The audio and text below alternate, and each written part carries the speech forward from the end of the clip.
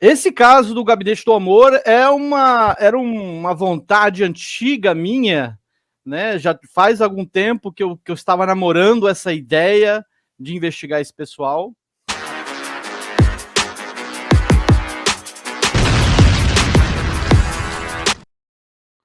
Eu vou falar sobre mais situações de surrealismo no programa de hoje. Quero falar sobre o Gabinete do Amor, vamos falar sobre Trump nos Estados Unidos.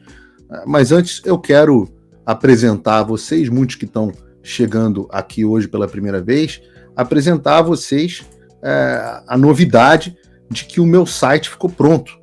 E eu estou muito feliz com isso, o site do Paulo Figueiredo Show ter ficado pronto.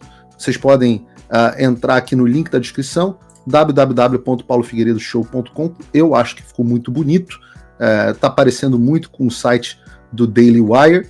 Então você tem, agora porque ele tem versões em português, em inglês, italiano, espanhol, você pode escolher aqui, mas obviamente a gente acessa na versão em português, e ele tem artigos exclusivos. Esse artigo do Gabinete do Amor, que eu vou falar sobre ele daqui a pouco, do David Agap, tá aqui no site. Você tem notícias do Brasil, você tem notícias do mundo inteiro, você tem os meus vídeos, todos os meus últimos vídeos,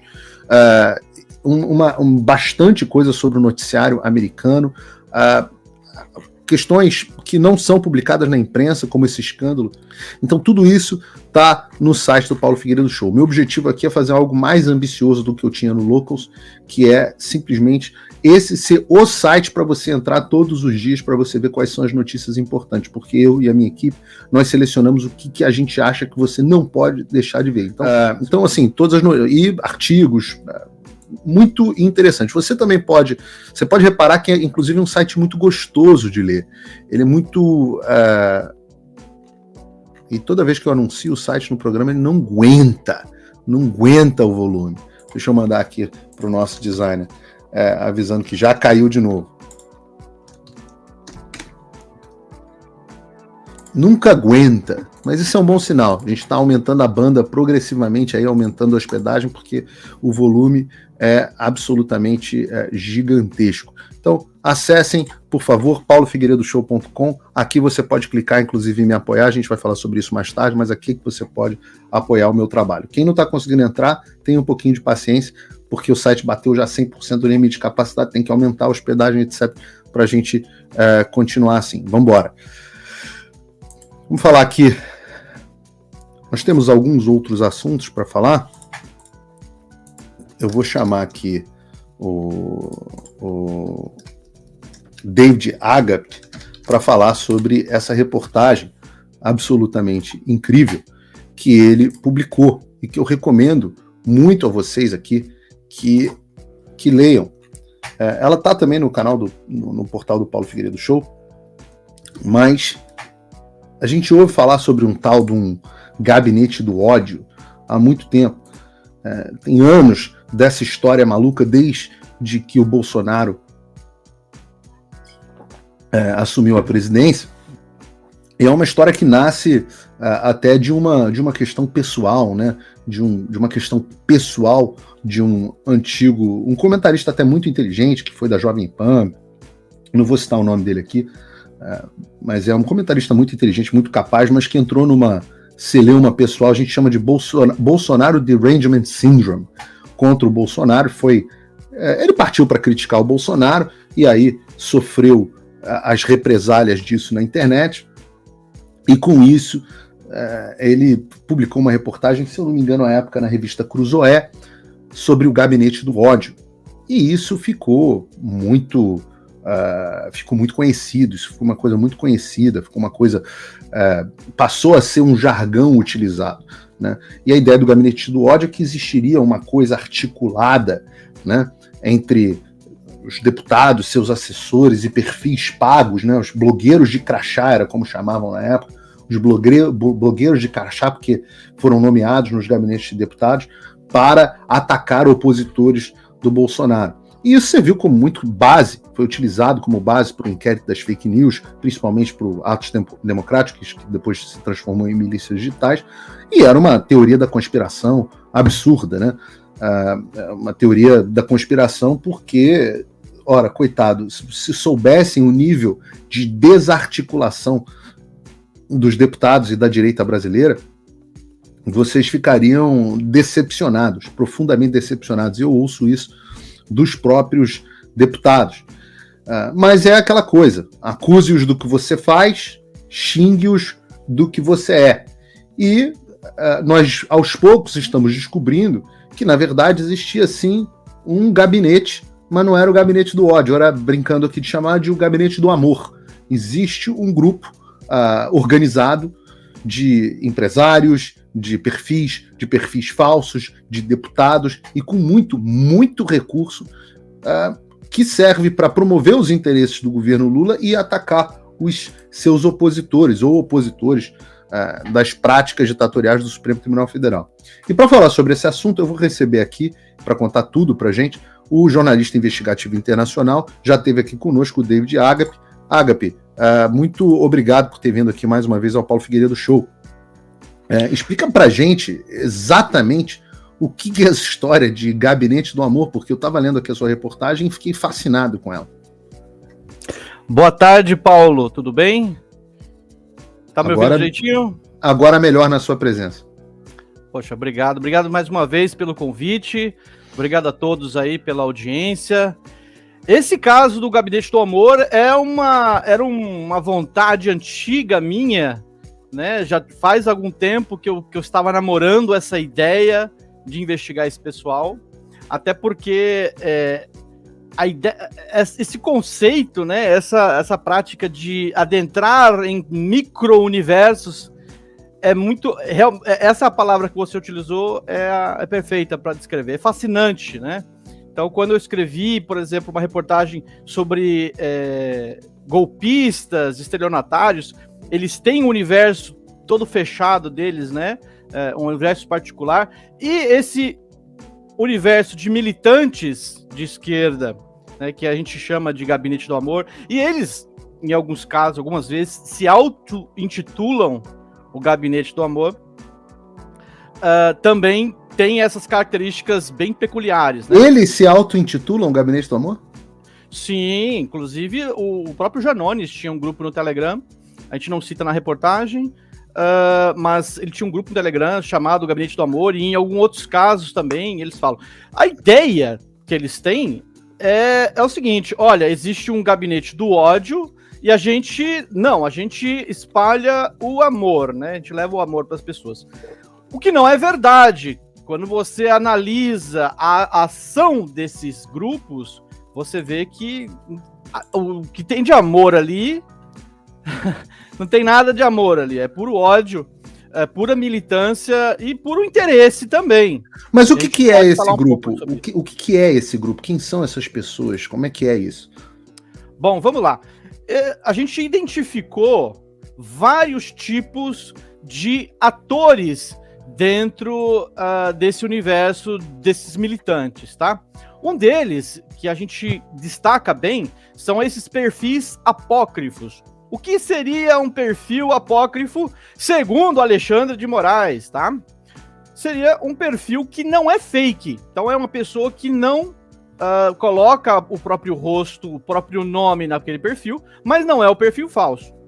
Exemplo, o perfil falso seria o seguinte: eu colocar assim, Paulo Figueiredo, colocar a sua cara, mas não é você. Então é um perfil falso. Ou eu colocar um outro nome, João da Silva, com uma cara também fake, falsa, ou criada por inteligência artificial, e dizer que eu sou uma pessoa que existe. Então também é um perfil falso. O apócrifo não, é uma pessoa real, mas que se esconde através de um perfil não identificado, especificamente muitas vezes para fazer ataques sem sofrer muitas consequências, tá? Então, seja na sua vida privada, eu compreendo que muita gente, inclusive de direita ou não, utiliza-se de perfis apócrifos para não sofrer perseguição, só que no caso dos inquéritos que estão correndo no STF, o conceito de perfil apócrifo foi utilizado especificamente para poder dizer, olha, tá vendo? São pessoas que se escondem e tal e vão perseguir. E teve quebra de vários perfis de direita que não se identificavam. Agora, a esquerda faz a mesma coisa, só que não teve pedido judicial, inclusive, para identificar o perfil Jair Me Arrependi, que fez vários ataques ao governo Bolsonaro, mas não teve essa quebra, até porque houve uma campanha maciça dentro da própria imprensa para poder proteger essa pessoa, tá? Peraí, então tinha um perfil que chama Jair Me Arrependi. Sim. E aí houve uma decisão judicial para quebra de sigilo. E não quebraram? Não quebraram. O pedido da queda de sigilo, inclusive, foi feito pela campanha do Ciro Gomes. Porque o Jair Me Arrependi, ele criou um sticker, né, para ser utilizado no Twitter e que simulava a campanha do Ciro.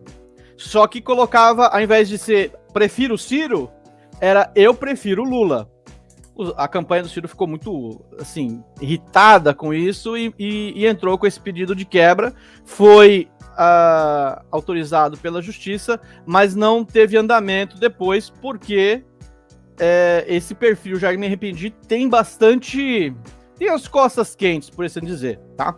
Então, durante a CPI da pandemia, só para destacar, tá? Esses perfis foram criados logo após a eleição do Bolsonaro, se espelhando, isso a gente lembrando agora da nossa última conversa sobre o complexo industrial da censura, que o Brasil se espelha no que aconteceu nos Estados Unidos, no exterior, e esses perfis também. Então se inspiraram numa iniciativa americana, que seria o Trump Regrets, seriam supostamente, tá, funcionários do Deep State, do governo americano, que insatisfeitos com a eleição do Trump, fizeram esses perfis também apócrifos para poder criticar o governo.